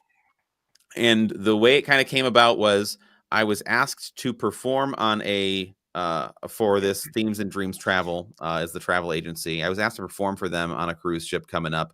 And it got me thinking. I was looking at the prices for tickets to go do these cruises on it's on a Star Princess is the cruise ship we'll be on, and it's like $1,600 a ticket. And I'm like, well, is that before airfare or is that included? That's before airfare. Yeah. Okay. Yeah, airfare is not included. You have to fly into Miami, right? Fort Lauderdale is where we're leaving out of. Okay. But it got me thinking, $1,600 is about what I ended up spending for 3 days in Vegas, doing PHS, but after all the meals, after any of the alcohol that I wanted to have, after renting my car and putting in the gas and all that kind of stuff at my hotel, all of that. And it was 3 days. Right. And so I was thinking, well, people are paying this, hypnotists are paying this amount of money to go to these conferences across the country. What if we did one and we had it cruise specific? I've heard more hypnotists talk about wanting to get onto a cruise ship to be a performer than I probably could count. I can't count that high. I'm not a good math guy, but I've heard so many hypnotists say that they would love to get onto a cruise ship and have that entertainer cruise lifestyle, and they don't know the first thing about it. And I don't even know enough about it to do that. And so what I started thinking is, what if we had the people who are the experts in that, who are doing cruise ships right now, who have done cruise ships, who know the people, who know the ways in, who know the things that we need to know being on a cruise ship, and they know the sound system softwares that they use and the rules and regulations that come with it and the type of insurance that you need and all of those things, that the pieces of the puzzle that make it possible to get onto a cruise ship. And it's no guarantee, just like anything else. You can get a college degree in anything and you're still not necessarily guaranteed a job in that field, but you're guaranteed the debt though. Right. But with this, the idea is I want to give people enough of the information that they are empowered to then take the right steps to get where they want to be in their careers, whether that's on a cruise ship or maybe it's at some of these all-inclusive resorts or something like that. It's a related sort of field in that regard. It's different, but it's related. So the people that want to attend this cruise, yeah, I guess who are the ideal candidates that this cruise would be for, or the target audience, and do they get to see you perform, or are you doing it for a private corporate event? So anyone who goes on this cruise will get to see likely 2 performers, myself and Israel Mandrake. Israel is going to do a mentalism show, and I'm going to do hypnosis. And the ideal audience for this is anyone who is interested in hypnosis and wants some hypnosis entertainment. So if you like cruising and you're just in the general public, you're not a hypnotist, but you love going on a cruise for an all-inclusive vacation, check out the website link, because seeing everything that's included with this price is crazy. It's just crazy what's included. And so people who don't know about cruising, check it out, ask me questions, reach out to me. I'm happy to fill you in some more. But anyone who likes a good all-inclusive vacation where you don't have to worry about Ubering to and from a bar or something like that, this is for you. We're going to do some hypnosis entertainment and things like that. And then any hypnotists who are interested in learning more about cruising and what it takes to work on a cruise ship as a performer, it's for them too. I've been talking with a lot of hypnotists who are in that world. I don't know who's presenting yet. I'm still working that part out. We got a ways to go before I'll have that solidified. But I've been talking to and getting information from people like Deanna Nunez, people like Nadine, people like Christopher Caress I've been talking to, Richard Barker, Jeff Benink knows a lot about the Q Labs sound system stuff. I've been talking to, Dale from Peep Insurance about the differences in the insurance stuff, and just seeing who's got the information, who can we bring along on this and make sure people are set up for success. So that's the ideal audience. Anyone who's interested in hypnosis, and any hypnotist who is interested in learning about how to get onto a cruise ship and what we need to be doing on our end to make that happen. Sounds like a passport is going to be required as well. Passport is required, yeah, because we're going to be hitting Mexico. So yeah, you'll need a passport. Don't actually run into it. Like park in the harbor. Oh, I was hoping that actually we don't have. Hold on a second. Hold on a second. Wait, if I fly to Miami or Fort Lauderdale, I've got my enhanced driver's license. So as long as I'm not flying, well, you'll need your real ID. I think there's that whole thing now. I was going to say that will act. My driver's license will act as a passport for land and sea border crossings. Yeah. Well, and I would say, like, I'm not an expert on that part, so I would defer to Dan. He's our travel guy for Themes and Dreams Travel. And one of the cool ways of doing this is we're doing it through a travel agency. So it's not just me putting everything on, because I'm not handling all that stuff. I'm not going to deal with that stress. I got 5 kids and one on the way, and 46,000 chickens in my backyard. But I imagine the travel agents are going to handle like all the like travel visas and stuff like that. Yeah, he works with you on every step of the way. He's incredible. I've worked with him before when I was a musician. I did a cruise with him, and it was seamless. He makes it so easy to do everything. And that's one of the things I want to get into too, is, what's the difference between going through a travel agency and going through the cruise directly? But he also has it set up so I know it's a high price tag. $1,600 isn't chump change for most of us. Basically what's required is a $350 deposit whenever you decide you're ready to book, and you just can make payments as many as you need to up to the 90-day mark. So 90 days out from the cruise has to be paid in full, and if it's not, you have up to that point to get a complete refund, including your initial deposit. Everything is refunded if you can't go for whatever reason, as long as it's known within that 90 days. So, or up to that 90-day point. So, my whole thing is it's far enough out that people can plan for it. Yeah. And that's what I wanted. I'm not making anything on this. I'll put that out there too. It's more, I'm going because I'm going to be, performing on this cruise, and I'm getting the cruise, my tickets paid for going. But it's not like I'm going to be making $10,000 and putting this whole thing on. That would be wonderful in the future. Hopefully it goes really well and we could start talking that deal. But but I do want to put that out there that, I really want to see us succeed. And one of the things that Deanna told me when I was talking to her the last time was, right now, because of the damage that's been done within our field, we're not even sought after as entertainment at most of these places, because of the people who were bad actors and have done things the wrong way. And so I want a focus point in this cruise to be, what are the steps we should be taking to remedy that situation? And how do we make ourselves desirable again? So.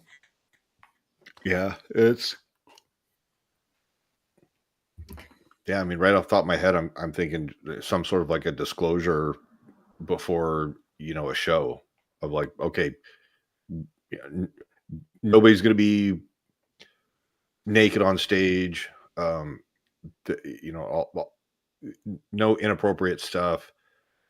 Like there was a post in a Facebook group of somebody who will remain nameless because I don't want to invite any attention to what they're doing, but they posted, take my training, blow everybody's minds and, push the envelope.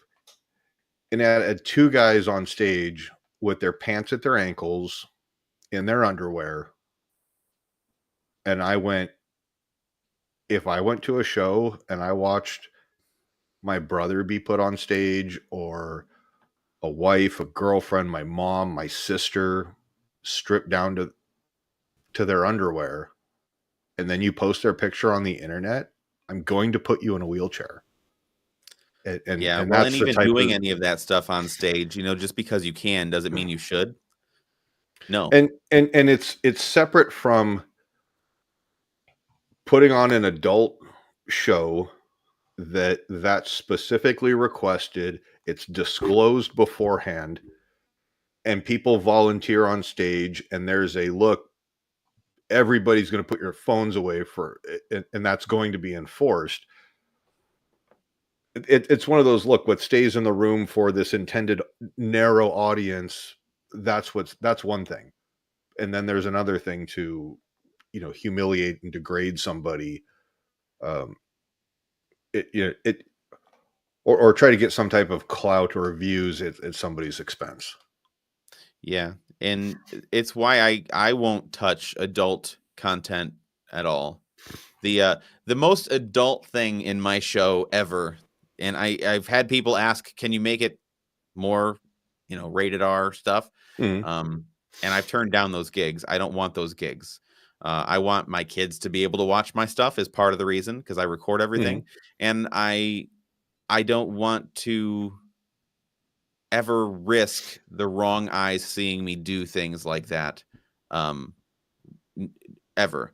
And so the most adult thing that I say in my show, or I do in my show, I'll replace someone's name. I'll say, okay, your name's Bubba now.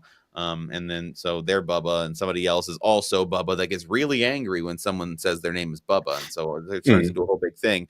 But I have one other person who says, every time this person says their name is Bubba, you yell out, no, it's Bilbo. And I say, and it's Bilbo with a B. That's important, because, and that's as adult implication as it gets.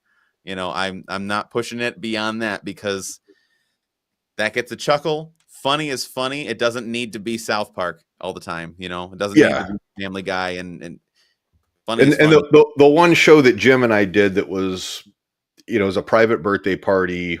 They specifically were like, go bonkers. And, we kind of set our limits. We're like, look, everybody's going to remain clothed and all that stuff. But the adult material that we did, it was so over the top and hyperbolistic and silly. That's what made it funny. And you hear people like, oh, here, we're going to grind on a folding chair, or, do pantomime the actions or something like that. Okay, that kind of falls under it's so over the top that it's silly. But again, I would never ever have somebody be like, oh, here, start grinding on another person that may be somebody's, significant other, because that just opens up a whole nother world of drama and paperwork that I don't want to be a part of. Well, it's made it very hard for us to be insured now because of things like that. So yeah, Becca, kind of short-term memory like me. Can't remember what it was the last time. I know we asked you this, but what was one of the funniest memories from one of your shows? one of the funniest memories from one of my shows. Jeez.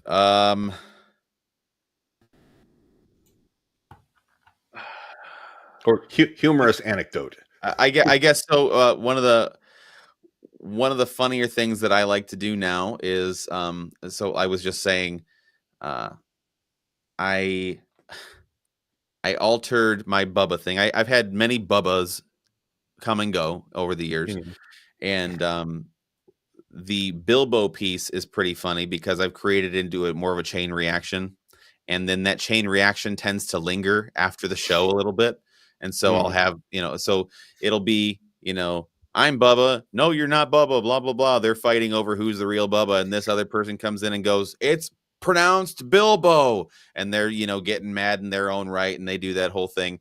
And then the show ends. I send them back to their seat. I send them with a post-hypnotic suggestion, and I say something like, you know, every time you hear me say thank you, suddenly this person that I'm tapping, you're going to yell out, "I'm Bubba," and that's going to cause that same chain reaction. And so it creates like an argument, because one person's on this side of the auditorium, one person's on this side, one person's in the middle. You're just setting up dominoes, and then yeah, you it's just flick yeah, back, but stand it back, and always put it kills, all and it into play. always cracks me up when that sort of thing happens, where they're, you know, they're still arguing about who's Bubba, even though they know their real name and all that kind of stuff. That, I guess that's what comes to mind for me.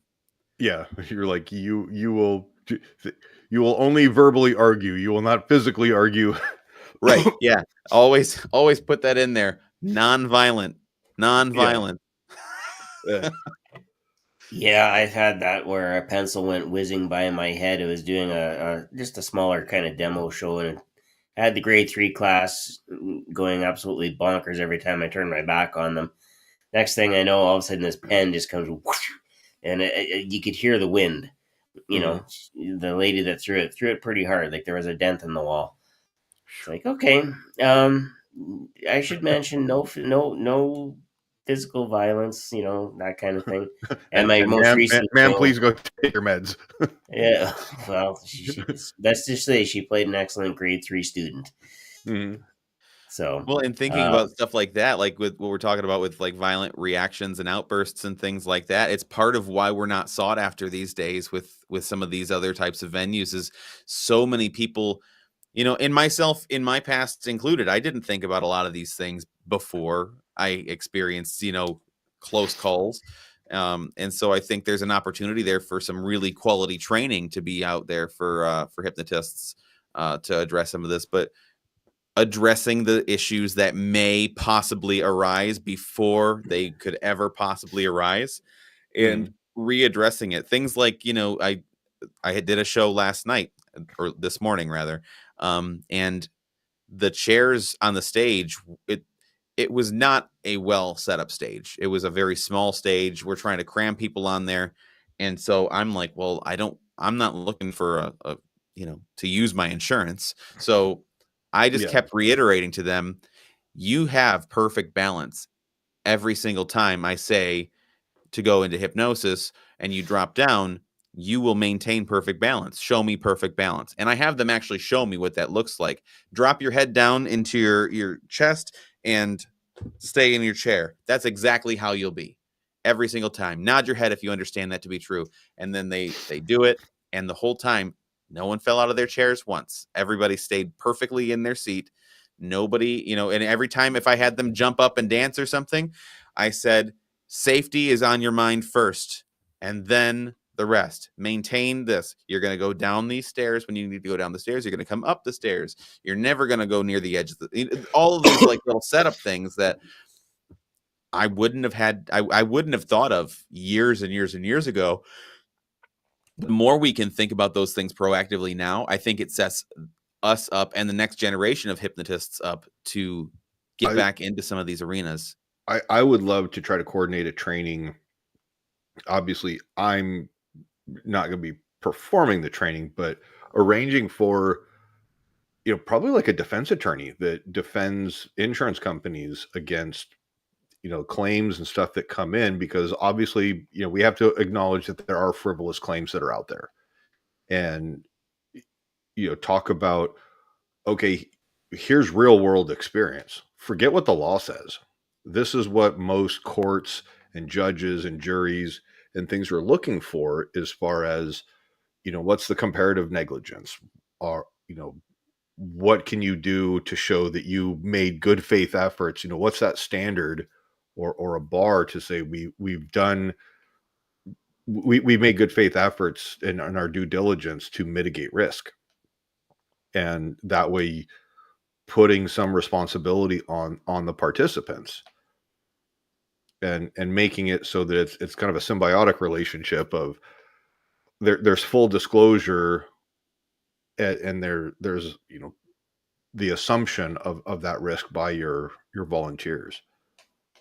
And if they aren't, if they aren't following directions or they're not listening to you, you can go, look, I told them feet flat on the floor, this, that, and the other. They didn't want to listen. They wanted to do their own thing. I can't control people. Yeah, and one of the things Tom taught me is, I thought just a great idea. Less him teaching it to me and more him just sharing with me that he did this. But when he would do shows for schools and whatever, he would say, everyone who wants to participate, or everyone in general, raise your right hand up and repeat after me. I state your name. Agree to let Tom Silver hypnotize me tonight. I agree to follow all of his instructions exactly as he says them and not vary from those instructions. I agree to have a great time and all, but he put this whole disclaimer and had them saying it, and it's on camera, them saying it of their own volition. And so little things like that also, and it also helps with the hypnotizability of the crowd. Because they're already engaged. They're already actively participating. Now, so I know we're kind of, God, we've been going an hour 45. It feels like we've been on here 10 minutes, really? But Becca, it's late on her end. She's asking if she can be put into trance, pretty please. Yeah, so let's do friend or frenemy, and then we'll turn it over to Tommy for the hypnosis portion of the evening. All right, Tommy, Brian, friend or frenemy? In your personal opinion, does pineapple belong on pizza? I'm going to say you could put a fried boot on pizza, and I'm going to eat it. Yes. Fried boot pizza. May the Red Wings play like the Maple Leafs. All right. Not if I start working with them, they won't.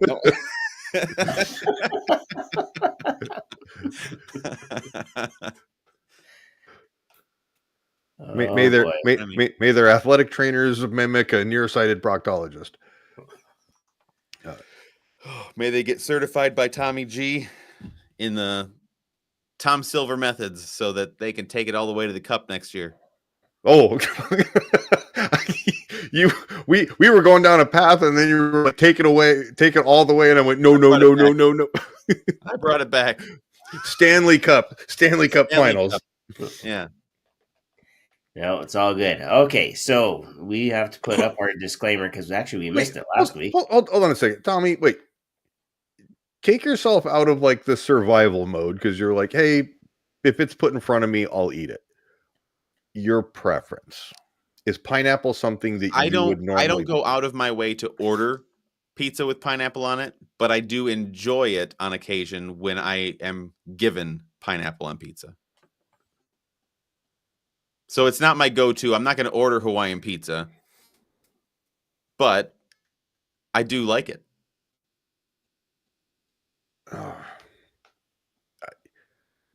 I'm caught in an ethical conundrum, Shawn.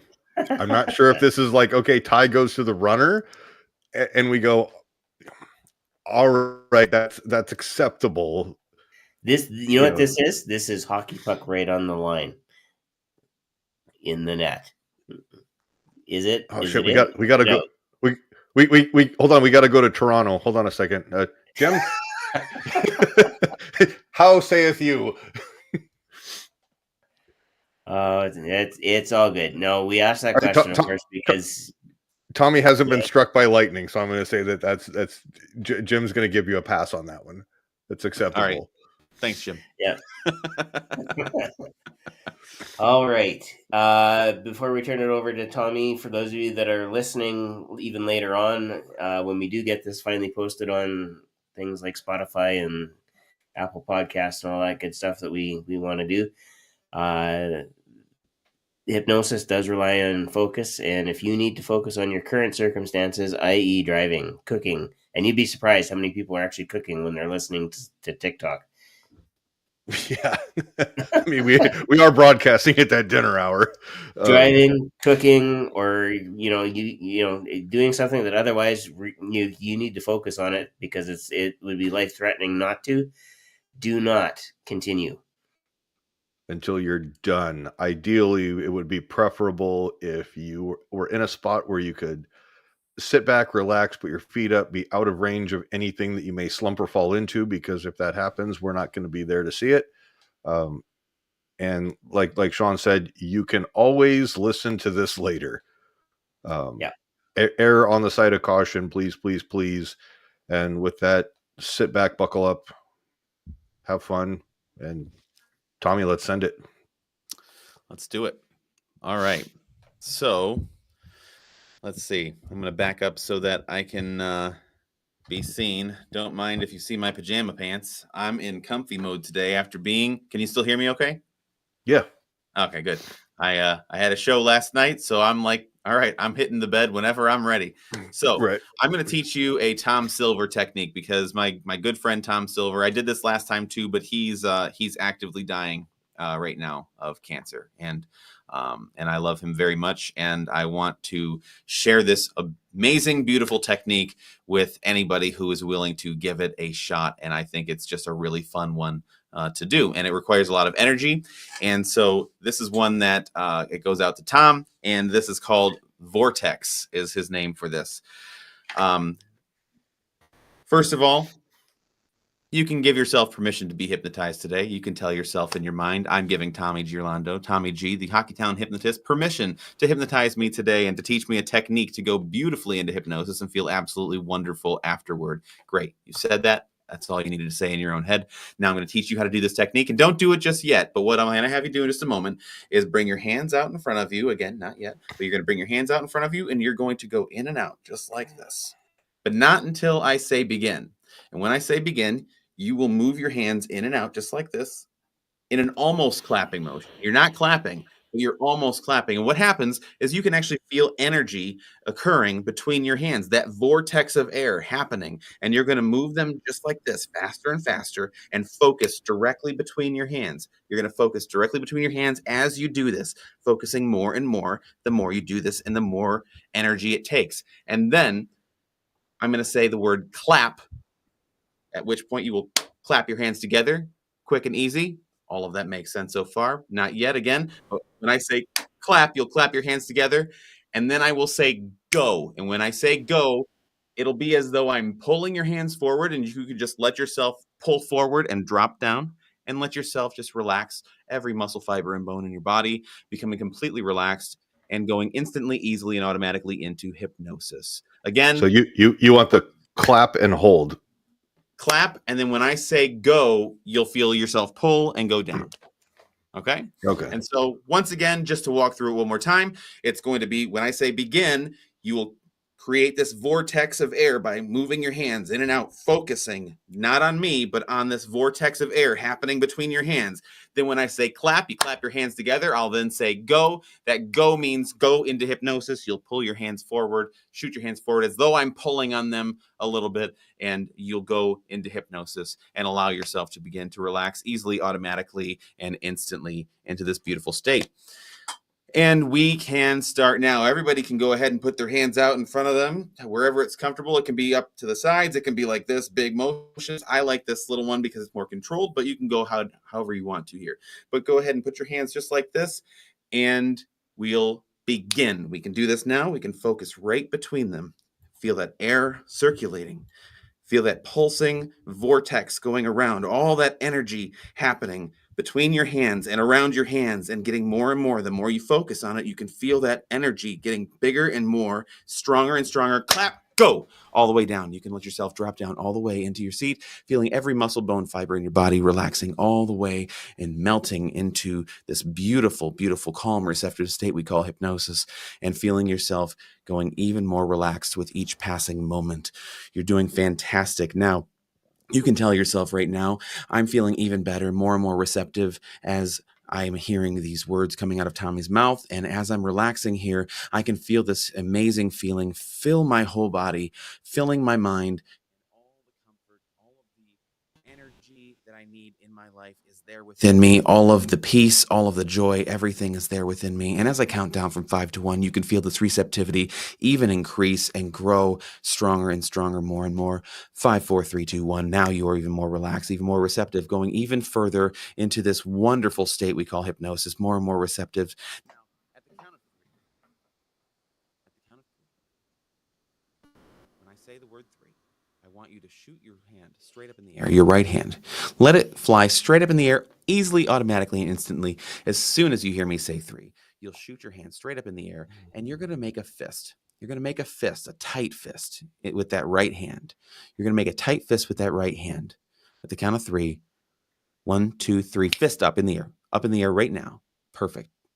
Doing even better, more and more, and allowing this amazing feeling to just fill your body as you're feeling your fist in the air getting stronger, tighter, more and more, tighter, more and more, stronger, and still more and more. Now, I want you to imagine in your mind that hand right there, that fist, that is an antenna that you are using to download. Your mind needs something. You are working on something in your life, and whatever that is that you are having any kind of issues working on, you're finding it a struggle to work on. You have all of the puzzle pieces being downloaded into your hand now. All the pieces of software that are missing from your mind that you just needed that quick refresh, that operating system update is downloading into your hand. Keep that in your fist right now. Let it download all into your fist, holding tight into your fist, all of that, getting more and more until it's finally fully downloaded. Whatever it is you're working on, whatever it is you want to achieve, you want to succeed at, you can feel that building and growing into your fist, and it's getting stronger and more and bigger, and everything that you need is in their fist. And now, as that is in your fist, when I count to 3, you can keep that fist and let it drop down onto your lap, maintaining the fist. Just let your arm drop down on your lap at the count of 3. 1, 2, 3, drop down now. And you can let that fist in just a moment, not yet, but in just a moment, you can let that fist relax. And what's happened right now, that dropping down motion that you just did was the download of that software that your mind needs. Every mind needs a software update now and again, and this is a refresh for your mind's software. And as that software is in your fist now, downloaded, we know that when we download software, it also needs to install. And the installation piece, as you hold that fist tight still, the installation piece will come the moment I say release. And when I say release, you will open your hand, you will allow that hand to relax, and you will feel the installations flow through your hand, all the way through your body, processing through your heart, through your mind, and taking hold and really installing in all those beautiful changes that you need in your life, all of the wonderful adaptivity and just beautiful feelings that you need will be able to be right there, accessible anytime you need, whatever that looks like for you. 1, 2, 3, release. Release now. Let that hand relax. Let all of that installation take place. This downloaded software filling your body, filling your mind. You have this software update now currently installed. And now what I want you to do, I'm going to count to 3 again, and your left hand is going to go straight up in the air. Left hand's going to go straight up in the air in a fist. 1, 2, 3. Left hand in the air, straight in a fist. All the way up. Now, what we need to do is we need to protect this software. And protecting the software means we need to install a firewall. And this is your firewall installing right now. And this installs much faster. So as we hold that fist there, when it drops down into your lap, it's going to open automatically as it drops down and begin installing. The second it hits your lap, it begins installing. At the count of 3, 1, 2, 3, firewall installed. Drops down into your lap, opening your hand. Let that installation take place, this firewall holding fast and protecting this new software update that you've just installed into your mind, feeling more and more, better and better, all the energy you need within you, all the positivity, all that great change that you're looking in your life for. You now are that much closer to achieving exactly what it is that you want to achieve in your life. And at the count of 5, I'm going to say refreshed. And when I say refreshed, you're going to have an abundance of all of the energy you need, feeling absolutely refreshed, completely back to the room, eyes wide open, completely aware of all your surroundings, and feeling this wonderful, amazing joy that you now have everything that you need to begin achieving exactly what it is you need to achieve. 1, 2, 3, 4, 5, refresh. Coming all the way back to the room, feeling absolutely wonderful and fantastic. And I hope you all enjoyed that. So let us know, for those of you that are just coming back into the room, let us know how that was for you. We have just a couple more moments with Tommy G. And yeah, I know it was a quick one too. So it's no, that's all we needed tonight, man. Yeah. I know some Yeah. people prefer a little longer. I just, I figured with the time being what it is, I want to be conscientious of that. Well, and I think there's also that misconception out there that this is going to take hours and hours and hours and hours of my time. Change can happen very quickly for us. Yeah, Ken. So is that Becca's train saying coming that was from fun. you, Tommy, or is that from Sean's house? The train? No, that's Yeah. me. Okay. Yeah, that's not me. Yeah, the Yorkton trains are on time. Usually every 15 minutes when they're really going every 15 minutes. Mhm. Usually every 45 to an hour they roll through on various tracks. So Yeah. it Well, happens. Becca seemed to enjoy that. Good. I'm glad. And Becca's also very, very well, or very, very familiar with the hypnosis and the trance and going in, coming out. But Yep. no, that's I have one of my longtime listeners on TikTok saying that was great. Thank you. Mhm.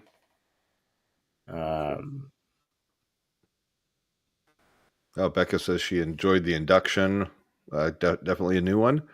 She got herself smiling when she was moving her hands, and she was able to feel that kind of air vortex with the energy going. Yeah, that's one of the beautiful things about a lot of Tom's techniques. And I use his word of technique, not induction, because he's very precise. Yeah. But we found that out a few yeah, weeks back. I remember. But yeah, he's very particular about that. So in his honor, I'm making sure I keep that up. But I love the high energy ones that get you moving, because there are so many people. You say relax, and relax means something different to everybody. But if you've been on your feet all day and you sit down, you know that feeling, right? Mhm. That kind of relax. And it's that kind of a relaxation that fills you when you do these like big moving things, your revolving hands, your vortex, whatever it is, and it's suddenly drop down and it's a total shift. And it's a really beautiful experience. Yeah. All right.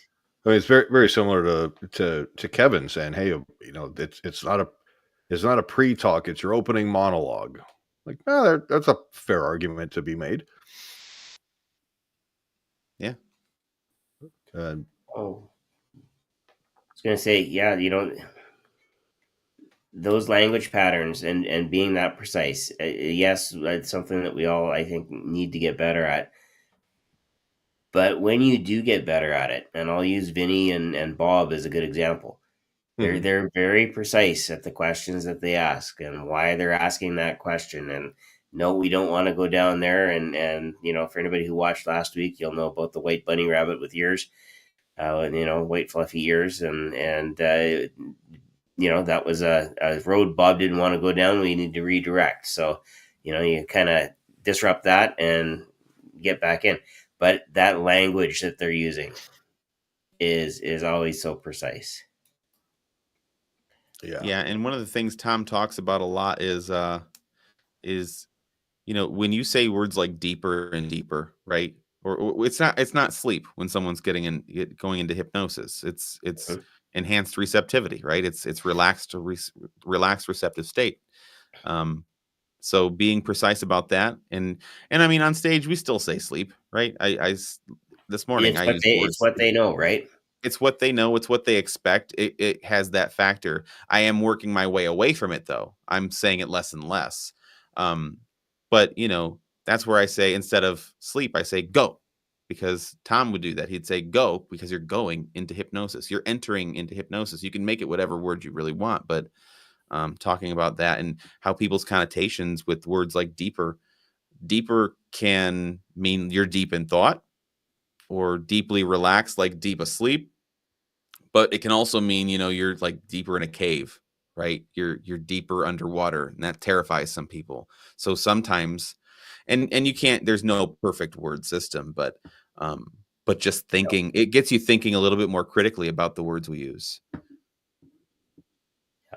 100%. All right. Well, let's wrap this up here because I know it's late for you and you were up early and again, I'm going to guess the bed's going to be really really really comfortable tonight for you. You can catch everything Tommy G on likeahypnotist.com. Also, please spread the word about his book, Transformed Hypnosis Through the Lens of Scripture. And if you're looking for more scientific information and if you want to nerd out, Tommy's a guy that you can nerd out with. You don't sit down and write a book of this nature or do this kind of research for fun, because it's not, it's not the most fun that you could possibly have in the world. But once you understand the reality of what we have as a tool, what we have that we use to entertain with, and you understand what you can do with it, and just how that you can use it. I don't want to say like a scalpel, because that implies medical. We're not doctors, but how you can use it to really help somebody target in on a particular issue, deal with it, and move on quickly and efficiently. Again, having that information is key. And yes, like you, I've had a number of discussions with evangelical Christians about hypnosis and is it or isn't it, and all those sorts of things. So this is going to be a book that I come back to again and again and again, because look, here's the science, and it's kind of hard to argue when there's evidence, right? Yeah, So exactly. Well, and for anybody who does pray or send thoughts or whatever, please keep Tom Silver and his family in your thoughts and your prayers. He's like I said, he's in his final moments, his final days, and they could use all that good positive energy and all that stuff their way. yeah, Yeah. 100%. I mean, our hope for Tom and to his family is that his passing is peaceful and dignified. Much how he lived his life, and kind of just a quick reflection. I'm thankful I had an opportunity to meet him this year, and having the ability to spend the time with him on phone calls and video chats and things like that since January, and just a genuine, authentic guy of how can I help. So one of my goals is to kind of continue that. Same with Jim, is let's continue to go do wonderful things and make a difference in this world. And I think by doing that, their legacies live on. Yeah, that was very much them. They were, more interested in our success than they were in their own. But they knew that on the back end they would be successful, because, we're all connected that way. Yeah. Then I asked for PHS 2026. Please don't give me the Jim Kellner Award. It's like the EA Sports video curse, or the video game curse. Mm-hmm. But I say it tongue in cheek. Definitely a coping mechanism. But no, Tom is absolutely going to be missed. I was really hoping that we'd get him for next year and that he'd still be around. But somebody with much higher authority and ability to see a much bigger picture has other plans. So, Tom's getting drafted to the big leagues, and I can't argue with that. Well, and I mean, as far as like Tom's methods and everything, I've any of the hypnotists listening who are interested in his halftime hypnosis techniques and any of that, I have it all. So just reach out to me. He said, share that information freely. The other information he gave me is he was very, very much in like, make people pay you to teach them this other stuff, some of it, but the halftime hypnosis stuff is for everybody. I'll share that link to anybody who wants it. And then I'm happy to teach anybody anything they want to learn about his methods anyway, just to keep that going. I think he was on something he was really onto something. with his way of doing things. So would love to see that continue. Yeah. I mean, and Tommy, I'm going to be in touch with you on maybe putting together an event or two for training and kind of help coordinate with that. Because I think, you and I had discussion offline that there's a lot of wonderful, wonderful material there. And, I don't want to say having a vetting process, but more of a make sure that we're getting it into the hands of people who are going to be ethical and responsible and treat it with the care that it deserves. Absolutely. So, but yeah, I kind of find it, I'm struggling a little bit to really be sad that Tom's passing. And I say that, like, my own selfish thing is I'm not going to have enough, more time to spend with him. But in conversations, he was like, Brian, I have lived a wonderful, wonderful and fulfilling life. Mm-hmm. And so I think it's salient to share with everybody that it doesn't sound like Tom is scared. It sounds like he's ready. He's like, my time here is done. I'm ready for the next chapter. And, he may or may not have said something about hypnotizing Jesus, but, that's between the two of them. But He's done everything on his bucket list, is what he told me. Yeah. Everything on his bucket list he's checked off. And he's very comfortable with his next journey. He's mentioned that several times. And, it's this interim where he's in pain and he's, suffering through leaving his body at this point, but he's it's the emergency room, waiting room of he's getting being into birthed the out of afterlife. himself, and it hurts. No, it's he's really got the right attitude. Just to give an example of his whole attitude in this is, I had thought at one point that he died already, like over a month ago, and he wasn't responding. He was going into hospice at that point, is why he wasn't responding. And I finally got through to him, and he answers the phone because it's always a FaceTime call with Tom. He answers the phone, holding the phone up like this on selfie, and he's doing this in his chair. Oh, I'm not dead. Gotcha. It's just and that's Tom's sense of humor too. All day. And it was, what a guy. I mean, it's definitely going to be a sad day with passing, but I think it's going to be good for everybody. That's just been kind of in this limbo of like, all right, when are we going to get that phone call that it brings some finality? Tom's ready to send it, and all we can do is wish him Godspeed. Well, and the information doesn't go with him, right? It doesn't leave with him. He passed that on. I got 2 terabytes of data on this hard drive over here. Nice. Crazy amounts of stuff. But reach out to myself, reach out to Israel if you have questions or anything. We're both licensed by Tom, certified Israel by needs Tom. to answer his phone.